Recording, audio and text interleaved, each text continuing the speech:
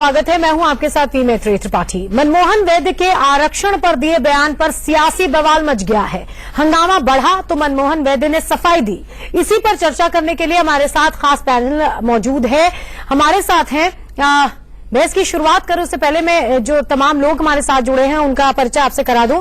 हमारे साथ प्रोफेसर राजकुमार फलवरिया हैं, आरएसएस के थिंकर हैं, नोएडा स्टूडियो से हमारे साथ जुड़े हैं। साथ ही हमारे साथ सीनियर जर्नलिस्ट विनोद अग्निहोत्री हैं नोएडा स्टूडियो से। हमारे साथ डॉक्टर एमएच खान है, स्पोक्स पर्सन बीएसपी लखनऊ से, और अरशद आबिद हैं, समाजवादी पार्टी के नेता हैं लखनऊ स्टूडियो से। इसके साथ हमारे साथ बीजेपी की प्रवक्ता भी जुड़ने वाली हैं। कुछ देर में अनिला सिंह हमारे साथ जुड़ जाएंगी। लेकिन ये जो मुद्दा पूरा उठा वो किस बयान पर उठा? लिटरेचर फेस्टिवल में जयपुर में मनमोहन वैद्य ने आखिर ऐसा क्या कहा जिसके बाद सियासी पारा एकदम चढ़ गया, और क्या क्या प्रतिक्रिया आई? सबसे पहले उस बयान को सुनते हैं।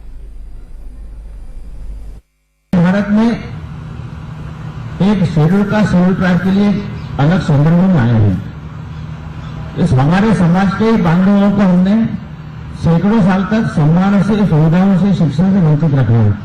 ये बहुत अन्याय हुआ है, ये एकदम गलत हुआ है। उसका प्रतिपादन करने की जिम्मेदारी हमारी है। एक पर्टिकुलर कास्ट में पैदा होने का उनको सबसे दूर रखा गया, ये ठीक नहीं है। इसलिए उनको साथ लाने के लिए आरक्षण का प्रावधान संविधान में आरंभ से किया गया है।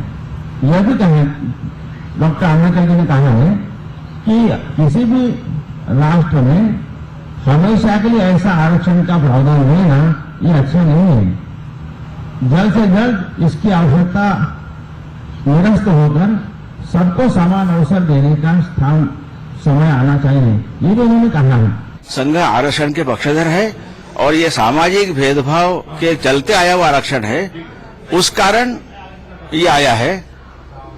और अभी भी सामाजिक भेदभाव का व्यवहार चल रहा है, इसलिए आरक्षण आवश्यक है। प्रश्न था कि माइनॉरिटीज को धार्मिक आधार पर आरक्षण देने के बारे में था। उसके बारे में कहा कि इसको ऐसा ऐतिहासिक बैकग्राउंड नहीं है और इससे अलगाववाद बढ़ेगा, इसलिए आरक्षण देने के बदले उस समाज में शिक्षा का स्तर बढ़ाने का प्रयत्न करना चाहिए। तो लिटरेचर फेस्टिवल में अपने बयान के बाद मनमोहन वैद्य ने, हालांकि सियासी पारा जैसे ही गर्म हुआ, प्रतिक्रियाएं आनी शुरू हुई, वैसे ही उन्होंने 3 तरीके से 3 बार अपनी सफाई पेश की। लेकिन ये मुद्दा तो अब मुद्दा बन चुका है। लालू प्रसाद यादव ने इस पर क्या प्रतिक्रिया की, सबसे पहले ये सुनते हैं। आज बोला है वो मनमोहन वैद्य है, ये वैद्यगिरी जो कर रहे हैं, आज बोले हैं तो इनको हम लोग धूल चटा देंगे। हम लोग उत्तर प्रदेश के चुनाव में आज सब जगह, जैसे बिहार में उनका हाँ गए वैसे उसी तरह से इनको जाना है, एकदम जीरो पर इनको आउट कर देंगे हम लोग। ये लगता है कि कुछ दिन पहले सुप्रीम कोर्ट ने कहा था कि आप जाति के नाम पे वोट मत मांगिए। आपको लगता है ये जाति के नाम पर वोट मांगने का सवाल नहीं ना है, ये तो सुप्रीम कोर्ट का दिया हुआ चीज है, भारत के संविधान में है। मनमोहन वैद्य जी का बयान आया है और उन्होंने कहा कि आरक्षण को खत्म कर देना चाहिए, और ये भी माना है कि जो SC/ST के साथ में जो भेदभाव सदियों से होता आया उसको दूर करने के लिए, गैर बराबरी को दूर करने के लिए आरक्षण की आवश्यकता थी। ये मानते हुए भी फिर आरक्षण को खत्म करने की बात करते हैं, क्योंकि सामाजिक और आर्थिक गैर बराबरी, जिसको बाबा साहब डॉक्टर भीमराव अम्बेडकर ने कहा था कि विशेष चुनौती है, वो आज भी मौजूद है। गैर बराबरी को खत्म कर दिया, आरक्षण उसी दिन खत्म हो जाएगा। इसलिए भारतीय जनता पार्टी हो या आरएसएस, उनका रिमोट कंट्रोल हो, सभी दलित विरोधी हैं और दलित विरोधी मानसिकता के चलते ही इस तरह के बयान समय समय पर देते रहते हैं। बिहार चुनाव के अवसर पर भी श्री मोहन भागवत जी ने आरक्षण को समाप्त करने का बयान दिया था। इसी तरह का बयान अब उत्तर प्रदेश चुनाव के अवसर पर आया है। ये समाज के एक तबके को संगठित करने का बयान है। ये शोषितों के, पिछड़ों के, दलितों के, दबे कुचले वर्गों के खिलाफ है। संविधान में व्यवस्था है कि जो शैक्षणिक और सामाजिक तौर पर पिछड़े हैं उनको आरक्षण की व्यवस्था की जाएगी। ये संविधान विरोधी वक्तव्य है। संवैधानिक अधिकार को केंद्र वह देश की किसी भी राज्य की सरकार और खासकर बीजेपी एंड कंपनी के लोग तथा इनके आरएसएस संगठन के लोग भी नहीं छीन सकते। तो फिर इन वर्गों के लोग इनको यहाँ हमेशा के लिए राजनीति करना भी जरूर भुला देंगे यदि इनका रिजर्वेशन इन्होंने खत्म किया। इनको मालूम नहीं कि इनकी आबादी कितनी, इसलिए अब बीजेपी व इनके आरएसएस संगठन के लोगों को इन वर्गों के खासकर आरक्षण को खत्म करने की बार बार बंदर की तरह घुड़की देने की बात बंद करनी चाहिए। और हमारे साथ बीजेपी की प्रवक्ता अनिला सिंह भी नोएडा स्टूडियो से जुड़ गई हैं। बहुत बहुत स्वागत है आप सभी मेहमानों का हमारे कार्यक्रम में। सबसे पहले मेरा सवाल अनिला जी आपसे ही है कि मनमोहन वैद्य का जो बयान जयपुर लिटरेचर फेस्टिवल में उन्होंने जो दिया, उससे क्या बीजेपी इत्तेफाक रखती है? नहीं, मैं अपना उत्तर दूं उससे पहले मैं आपके चैनल के माध्यम से जो दिखाई जा रही है, पूरी बाइट दिखाई जा रही है, वो प्रश्न क्यों नहीं दिखाया? वैद साहब ने क्या बोला है वो तो जरूर दिखा दिया है, पर प्रश्न क्या किया गया था, किस परिप्रेक्ष्य में किया गया था, संदर्भ क्या था, वो कुछ नहीं दिखाया जा रहा है। तोड़ मरोड़ के उनका बयान जो पेश किया जा रहा है ये बेहद बेहद दुखद है। नहीं मैम, और आपने भारतीय आप केवल उनका बयान सुना रहे हो ना, किसने क्या प्रश्न किया और किस संदर्भ में उन्होंने उत्तर दिया वो तो आप दिखा ही नहीं रहे हो। आपका मतलब केवल आप नहीं, मैं पूरे मीडिया चैनल्स के विषय में यहाँ पे कह रही हूँ। और दूसरी बात यह है कि मैं भारतीय जनता पार्टी की तरफ से यहाँ पर बैठी हुई हूँ, भारतीय जनता पार्टी की प्रवक्ता हूँ, तो मैं भारतीय जनता पार्टी का पक्ष जो है वो बहुत स्पष्ट रूप से यहाँ पे कहना चाहूंगी। इस देश के जो प्रधानमंत्री जी हैं, जो भारतीय जनता पार्टी से हैं, उन्होंने पहले भी बहुत बहुत स्पष्ट कर दिया था, हमारे राष्ट्रीय अध्यक्ष जी ने स्पष्ट कर दिया था कि भारतीय जनता पार्टी जो है आरक्षण से कोई भी छेड़छाड़ ना उसकी मंशा कभी यानी कि आप ना इत्तेफाक है नहीं ना रखे रहेगी। आरएसएस के बयान से, ये कह रही हैं आप ना? मतलब सीधा एक जवाब मैं चाहती हूँ। नहीं, मैं आपसे वही तो कहना चाह रही हूँ। आपने और चाहे कोई और चैनल हो जिसने क्या प्रश्न किया वो एक बार भी नहीं दिखाया जा रहा है। एक बार वो भी तो दिखाइए प्रश्न। अच्छा, दूसरा धर्म के आधारित तो पूछा गया है कि जाति के आधारित पूछा गया है, ये कोई दिखा नहीं रहा है। पहले उसको दिखाइए और फिर मैं आपको उत्तर देती हूँ। नहीं, हम बयान इसलिए दिखा रहे हैं मैम क्योंकि बयान में उनकी जो बात है वो स्पष्ट रूप से वो सामने रख रहे हैं। आप केवल प्रोफेसर राजकुमार पलवरिया आपसे ये जानना चाहेंगे कि करीब करीब वही समय, वही बयान और अब वही मुद्दा, इस तरह के बयान के लिए ये समय क्यों चुना गया? क्या इससे पूरी तरह अनभिज्ञ है आरएसएस की? इस तरह का बयान अगर इस समय दिया जाएगा तो इस तरह की प्रतिक्रियाएं तो आएंगी ही। मेरा ये मानना है कि चुनाव के समय में इस प्रकार की जो मीडिया ने इसको इंटरप्रेट किया वो गलत तरीके से किया है। ये बिहार के चुनाव में भी कहा था और अब भी किया है। अनिला सिंह जी ने कहा कि वो प्रश्न किस संदर्भ में बयान दिया गया, तो उस प्रश्न को भी जानना चाहिए और सुनना चाहिए। मेरा ये मानना है राष्ट्रीय स्वयंसेवक संघ अनुसूचित जाति और जनजाति के आरक्षण के लिए प्रतिबद्ध है, दृढ़ प्रतिबद्ध है और उनका मानना है, मैं स्पष्ट तौर इस चैनल के माध्यम से कहना चाहता हूं कि इस देश में अनुसूचित जाति और जनजाति का आरक्षण संविधान सम्मत है और वह मिलना चाहिए और वह तब तक मिलना चाहिए जब तक इस देश में असमानता, यह राष्ट्रीय स्वयंसेवक संघ का मानना है। राजकुमार जी, एक चीज, मनमोहन वैद्य ने जो बयान दिया उसमें स्पष्ट रूप से सिर्फ वो यही नहीं रुके कि आरक्षण बंद होना चाहिए या इस पर निर्णय दोबारा लेना चाहिए। उन्होंने ये कहा, जो अब ज्यादा बड़ा मुद्दा बन रहा है, कि आरक्षण अलगाववाद को बढ़ाता है। आपने ठीक प्रश्न उठाया मैत्री जी। मेरा ये कहना है, ये प्रश्न जो बयान दिया गया है, ये एक पत्रकार या किसी व्यक्ति ने कहा था कि जस्टिस सच्चर कमेटी के संदर्भ में पूछा गया था, क्योंकि जस्टिस सच्चर कमेटी में यह रिकमेंडेशन थी कि इस देश के अल्पसंख्यक लोगों को भी आरक्षण की व्यवस्था दी जाए। मैं इस चैनल में बताना चाहता हूं कि 2004 में जब कांग्रेस की सरकार आई, उससे पहले 1998 में जब बीजेपी की सरकार थी, उन 6 सालों में कांग्रेस ने मंथन किया कि क्या कारण है कि हम सत्ता से बाहर रहे। तो 2004 के अंदर उन्होंने 2 काम किए थे, एक रंगनाथ मिश्र आयोग बिठाया गया और एक सच्चर कमेटी आयोग बिठाया गया। और सच्चर कमेटी और रंगनाथ मिश्र आयोग बिठाने के जो पीछे जो तर्क था, वह तर्क यह था कि इस देश के मुस्लिम समाज को किस प्रकार कांग्रेस से जोड़ा जाए, इस देश के अनुसूचित समाज के लोगों को किस प्रकार कांग्रेस से जोड़ा जाए, क्योंकि दोनों के दोनों वर्ग, जिसे हम डीएम फैक्टर कहते हैं, ये दोनों के दोनों वर्ग कांग्रेस से बिछड़ गए थे। उसको वापस लाने की योजना बनी थी और सच्चर कमेटी में कहा गया कि इस देश के अंदर अनुसूचित जाति और जनजाति वर्ग से भी ज्यादा अगर बदतर स्थिति है तो इस देश के मुस्लिम समाज की सर, है। ये आंकड़े तो हम सबको पता है, हम तो अभी बयान पे बात कर रहे हैं कि बयान के समय पे बात कर रहे हैं। भूमिका में और सच्चर कमेटी के रिकमेंडेशन के बाद 2005 में दलितों को मिलने वाला स्पेशल कंपोनेंट प्लान को बंद किया गया और इस देश के प्रधानमंत्री मनमोहन सिंह ने लाल किले में कहा कि इस देश के जितने भी संसाधन हैं उन पे सबसे पहला अधिकार अल्पसंख्यक वर्गों का, मुस्लिम्स का है। तो इस संदर्भ में उन्होंने कहा था कि आरक्षण की व्यवस्था केवल और केवल संविधान में अनुसूचित जाति और जनजाति वर्ग के लिए है और उन्हीं के लिए व्यवस्था होनी चाहिए। किसी अन्य वर्ग के लिए यह आरक्षण की व्यवस्था संविधान सम्मत भी नहीं है और यह अलगाववाद को बढ़ाने बिल्कुल सर, लेकिन बात यह है ना केवल अल्पसंख्यक सर, राजकुमार सर, लेकिन बात यह है कि इस तरह के अपना जो मत है वो रखने का यही समय क्यों चुना? इस पे चर्चा जारी रखेंगे, एसपी और बीएसपी दोनों से रिएक्शंस लेंगे और हमारे साथ सीनियर जर्नलिस्ट विनोद जी भी बने हुए, उनसे भी प्रतिक्रिया लेंगे। छोटे से ब्रेक के लिए यहाँ पर तमाम पार्टियों को मुद्दा मिल गया है, इसी पर चर्चा हमारी जारी है। विनोद जी से मेरा अगला सवाल होगा। विनोद जी, ये बताइए, बिहार में जो हुआ इसके बारे में हम सब जानते हैं, हर बार बीजेपी को ये चीज याद दिलाई जाती है और उनको याद ये होगा भी। और सबसे अचरज की बात यह है कि समय भी लगभग वही है, उस समय भी करीब 20 दिन के आसपास पहले मोहन भागवत ने ये बात कही होगी, इसी तरह का बयान दिया होगा, इसी तरह से मुद्दा भी उठा। क्या उससे सीख नहीं ली बीजेपी ने?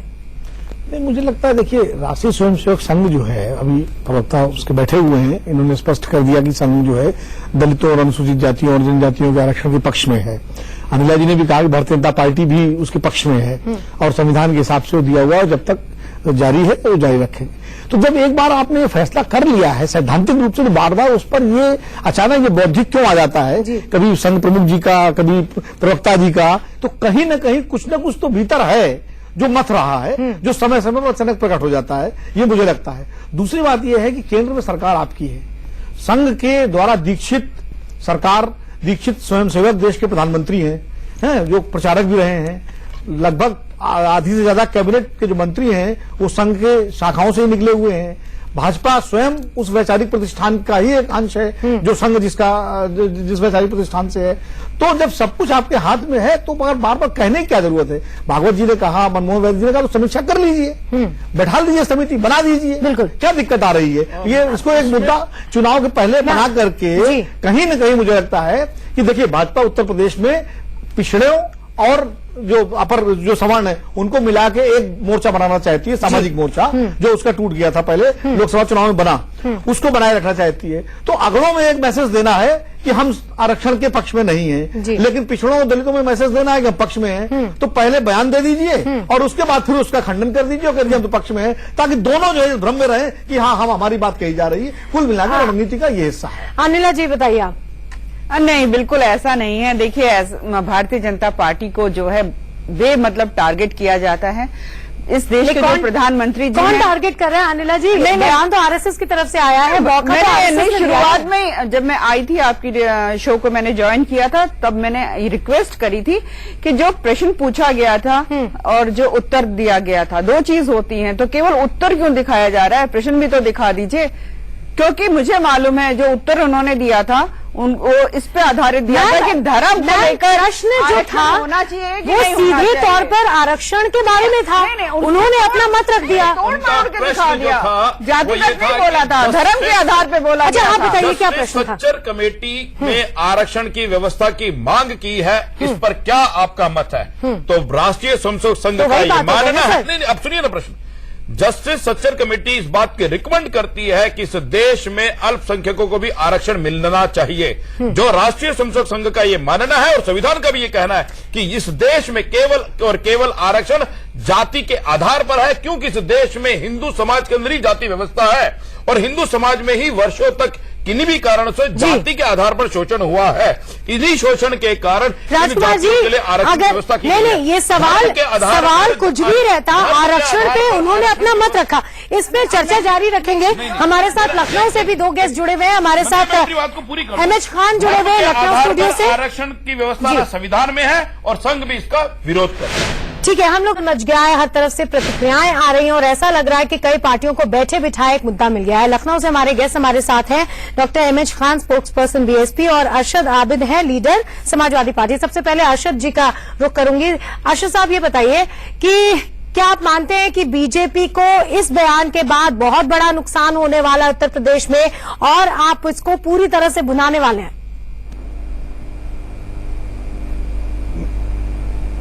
मैत्री जी, मैं आपको एक सलाह देना चाहता हूं कि हम अपना कीमती टाइम दूसरे चैनल से निकालकर आपके चैनल पर आते हैं, क्योंकि आपके चैनल के साथ हमने बहुत डिबेट किया है। हम यहाँ आरएसएस भाजपा के नेताओं का भाषण सुनना नहीं आते हैं। पूरा देश हमें जानता है और हमारे पास बहुत चैनल है। सर आप बार-बार हमें जोड़ती नहीं है, समय की किल्लत हमारे पास भी बहुत होती है। माफ कीजिए आके आपको इंतजार करना पड़ा। गलत बात है। नहीं मैत्री जी, मेरी बात सुनिए।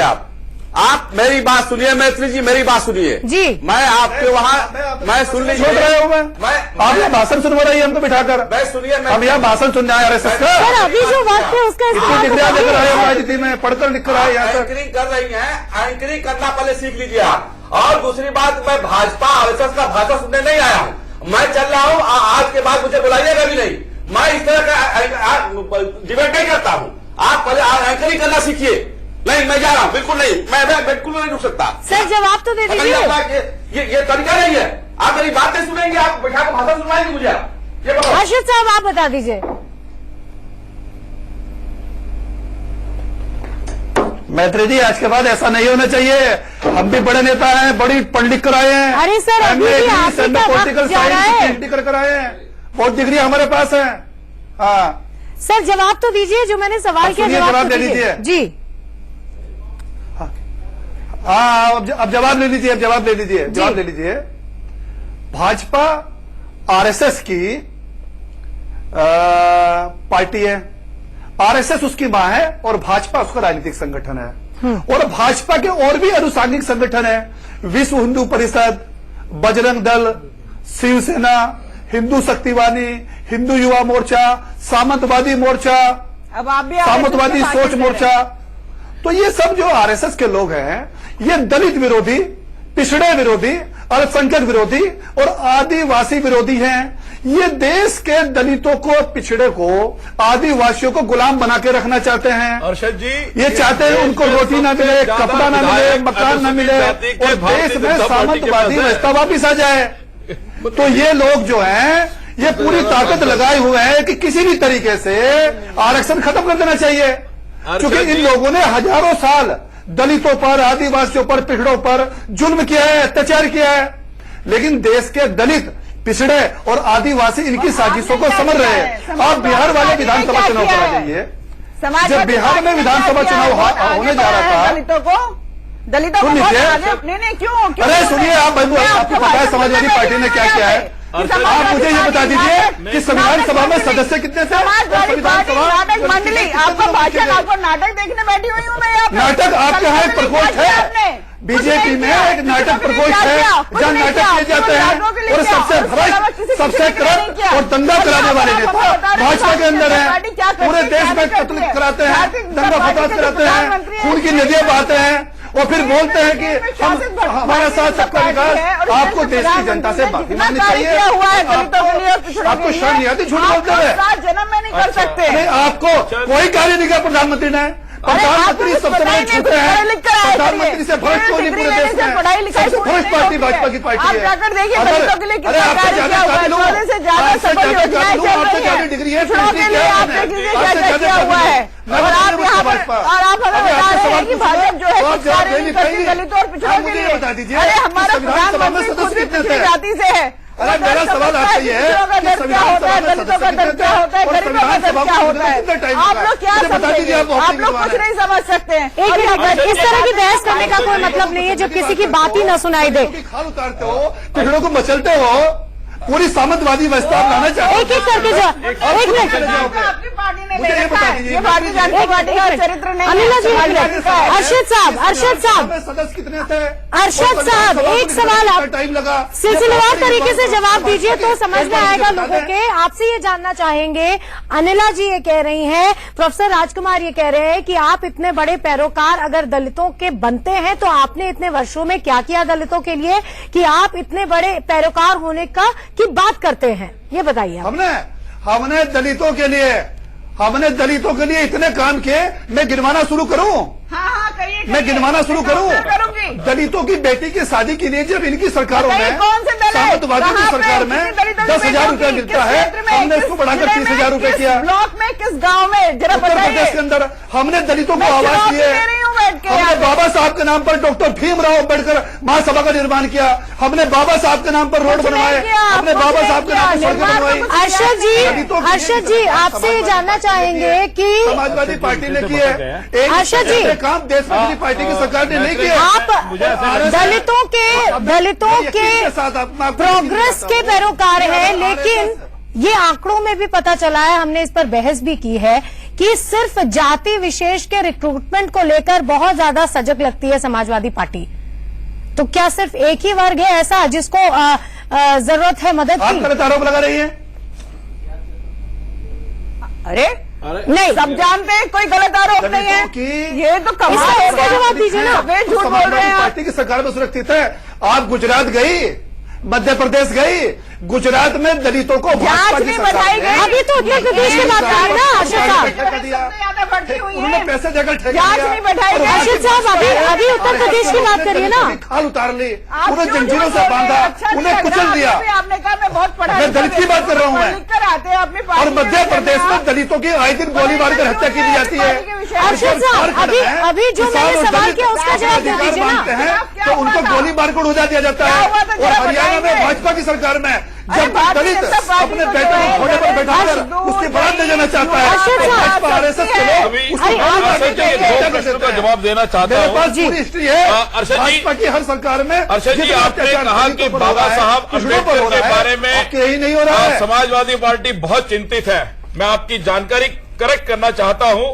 बाबा साहब अम्बेडकर से जुड़े हुए जो 5 स्थान हैं, अरे चाहे पहले आप उनकी मुझे बता उन दीजिए। 5 मेरा स्थानों आपसे को सवाल ये है, पंचतीर्थ पहले का मुझे अगर नाम दीजिए। दिया है मैं तो आपके इस हर देश सवाल के का जवाब प्रधानमंत्री दूंगा। नरेंद्र मोदी मैं ने आपके दिया है। हर सवाल का और जवाब केवल दूंगा। नाम ही नहीं पहले दिया मुझे है। ये बता दीजिए आपकी जानकारी कि कर दूं, विधानसभा में सदस्य बाबा कितने साहब थे? अम्बेडकर की जन्मस्थली अरे महू छोड़िए। महू का भव्य आप निर्माण दलितों को 60 कुचलना साल में चाहते हैं। किसी भी नेतृत्व ने दलितों किया, को आपने केवल गुजरात में भाजपा और कुचल भाजपा दिया। के नेतृत्व में आपने किया है। महाराष्ट्र मध्य प्रदेश इसी के साथ कुचल दिया। बाबा साहब कुचल अम्बेडकर दिया। ने जहाँ अंतिम सांस ली 26 आपने अलीपुर रोड, आज तक कोई अपना प्रमुख 26 अलीपुर रोड का बनाया। भव्य निर्माण अब अगर कोई किसी दलित ने किया बनाया, है मुझे नाम तो इस बता देश दीजिए। के प्रधानमंत्री के इनिशिएटिव पे किया अंतिम मुद्दे से भटक रहे हैं। हम बात इस पर कर रहे हैं कि इस बयान का समय ये क्यों था, इस बयान की वजह से बीजेपी को क्या नुकसान होगा और क्या दूसरी पार्टियां जो हैं वो इसको मुद्दा नहीं बनाएंगी। अर्षद साहब से मैं यही पूछ रही थी, वो विषय से भटक के कुछ और ही बात कर रहे हैं। मैत्री जी, मैं इसमें कहना चाहता हूं, पहली बात तो ये चुनाव का है। भारत एक नहीं, इतना मैं बड़ा इससे देश नहीं है। हूं। इस देश में इतने मैं इससे विराट नहीं देश में हूं। अब चुनाव इनका हर इलाज जो समय है, हर 2 साल बाद 6 आदिवासी महीने बाद करते हैं, कहीं ना कहीं इनका चुनाव सफाई की करते हैं, व्यवस्था कोई होती है। चुनाव में। अभी 6 और प्रदेशों इनकी को है, मंशा उससे पहले 6 हम प्रदेशों पूरी के नहीं चुनाव होने हुए। देंगे। इसलिए समाजवादी ये जो पार्टी इस तरह एक साथ अकलियत और आदिवासियों की साथ है, हमेशा रहेगी और उनके अधिकारों के लिए संघर्ष करती रहेगी। तो आपको मुद्दा तो मिल गया ना, ये तो आप मानते हैं ना कि आपको बैठे बिठाए मुद्दा मिल गया। मैं यही तो पूछ रही हूँ। कोई दलित चेहरा मुख्यमंत्री के रूप में आप आगे ले आइए तो हम मान जाएंगे कि समाजवादी आप इसको पार्टी फिर जो है, दलित से नहीं, मैं बस ये पूछ रही हूँ, चुनाव से पहले इस बयान को उठा के इसको मुद्दा बना के आप रैलियों में बोलेंगे ना, मैं ये पूछ रही हूँ। अर्षद जी प्रश्न ये है मैत्रेयी जी का। बिल्कुल बोलेंगे, हम बोलेंगे। बहुत बड़ा मुद्दा मिल गया है, बहुत बड़ा मुद्दा है ये। दलितों की रक्षा का, पिछड़ों की रक्षा का, आदिवासियों की रक्षा का, हम भाजपा को मुद्दा ये नहीं है कि दलितों की रक्षा मुद्दा नहीं है। मुद्दा ये है कि इस समय ये बयान आरएसएस की तरफ से आया। विनोद जी, ये बताइए, हम बात ये तो अंतहीन बहस है कि किसने दलितों के लिए कितना किया, क्या किया, ये तो हम देख ही रहे। 70 साल के सारे आंकड़े सबके पास हैं, क्या हो रहा है वो भी हम देख रहे हैं। और अम्बेडकर साहब ने क्या कहा, कॉन्स्टिट्यूशन बनने समय क्या कहा गया था, वो भी सब लोग जानते हैं। लेकिन कई बार बहस हो चुकी है, कई बार बहस हो चुकी है। ये कोई ऐसी बात इसमें नहीं कही जा रही है जो पहले हमने चर्चा नहीं की हो। विनोद जी, ये बताइए, सबसे पहले तो जो सवाल मैं उसी समय शुरुआत में आपसे पूछ रही थी, क्या इस समय वही बयान, वैसा ही बयान, वही मुद्दा उसी तरफ से आ रहा है, क्या इसका नुकसान बीजेपी को होगा? देखिए, जब बिहार चुनाव से ठीक पहले, पटना की रैली से पहले जी मोहन भागवत जी ने ये बयान दिया था जी, तो मजाक में हम लोगों ने ये कहा था, मजाक में कहा था जी, कि लगता है भागवत जी ने भाजपा को अपना आशीर्वाद दे दिया बिहार में। और अब वैद्य जी ने जो है बोला है, तो कहीं न कहीं फिर मुझे मजाक में कहना पड़ रहा है कि लगता है संघ ने फिर से भाजपा को अपना आशीर्वाद दे दिया क्या। क्योंकि देखिए, दो तरह की खबरें हैं। नोटबंदी को लेकर के जिस तरह से प्रधानमंत्री जी ने एक पूरी मुहिम चलाई और उन्होंने इसको एक काले धन और भ्रष्टाचार के खिलाफ इसको एक बड़े हथियार के रूप में सामने रखा, उसको लेकर के संघ में और भाजपा में भी बहुत सारे तमाम किंतु परंतु भीतर भीतर रहे हैं जी। और तमाम सारे मुद्दों पर मतभेद की खबरें आपस में रही हैं कि नहीं, ये भाजपा जाने संघ जाने, हम लोग तो जो बाहर से सुनते हैं उसके आधार पर अपनी धारणा बनाते हैं जी। लेकिन आप सही कह रही हैं कि इन चुनाव के वक्त मनमोहन वैद्य जी का ये बयान आना और इस पर एक बहस होना देशव्यापी निश्चित रूप से कहीं न कहीं भारतीय जनता पार्टी के लिए एक समस्या उत्पन्न तो कर ही रहा है। उसको सफाई देना पड़ रहा है, बैकफुट पे आना पड़ रहा है, बार बार बताना पड़ रहा है कि हम आरक्षण के समर्थन में हैं। भाई आरक्षण के समर्थन में तो है ही आप, इसलिए क्योंकि आपकी सरकार है। अगर आप आरक्षण के विरोध में होते तब तक आप कानून बनाकर उसको खत्म करने की कोशिश करते, आप नहीं कर रहे हैं तो कहीं, लेकिन बार बार सफाई देनी पड़ रही है। मुझे याद है बिहार में प्रधानमंत्री जी को अपनी सभाओं में बार बार यह कहना पड़ा कि आरक्षण को लेकर सवाल उठाए जा रहे हैं और उन्होंने यहां तक कहा कि जब तक मैं जीवित हूं तब तक आरक्षण खत्म नहीं होगा। इतना बड़ा बयान दिया था प्रधानमंत्री ने, और अब फिर भारतीय जनता पार्टी को बार बार सफाई देनी पड़ रही है। तो कहीं न कहीं ये बात आपकी सही है और इसको मायावती जी ने मुद्दा बना लिया। लालू प्रसाद जी बिहार से बोल रहे हैं, समाजवादी पार्टी हर्षद जी कह रहे हैं हम लेके जाएंगे, कांग्रेस भी बोलेगी। तो इसमें एक तरफ तो ये मुद्दा बनेगा, लेकिन एक बात और सुनिए, दुधारी तलवार है ये। दुधारी तलवार ये है कि जो अगली जातियां हैं उनकी गोलबंदी की कोशिश भी की जाएगी। बिल्कुल, शायद इसी वजह से ये बयान इस समय आया भी। इस पर चर्चा जारी रखेंगे। प्रोफेसर राजकुमार भी कुछ कहना चाह रहे थे, उनका जवाब भी लेंगे। एक छोटे से ब्रेक के लिए यहाँ पर रुक रहे, फौरन लौट रहे हैं।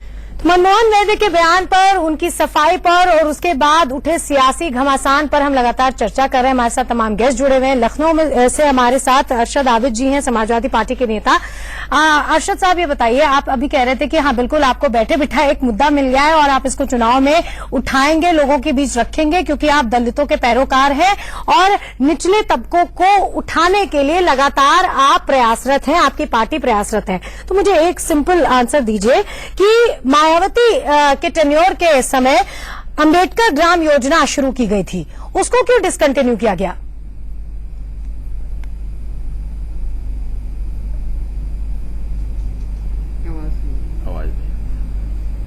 अच्छा, तो ये सवाल सुनाई नहीं दिया अरशद साहब को।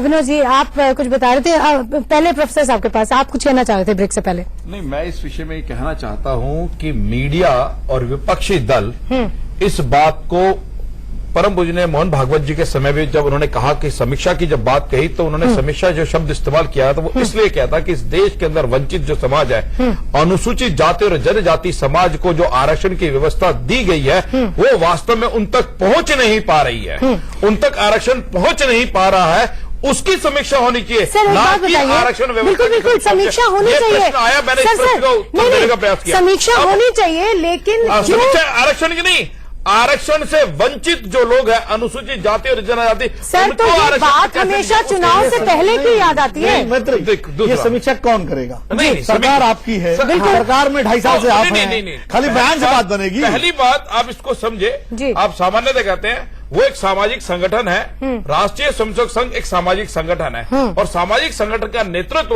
वो राजनीतिक सत्ता में जो भी रहे उनसे आग्रह करते हैं, उनसे निवेदन करते हैं, उनसे अपनी बात को रखते हैं। आप इस बात को कहना रिमोट है, ये वास्तव में तथ्य यानी कि आरएसएस ने ये बात सरकार के सामने रखी है।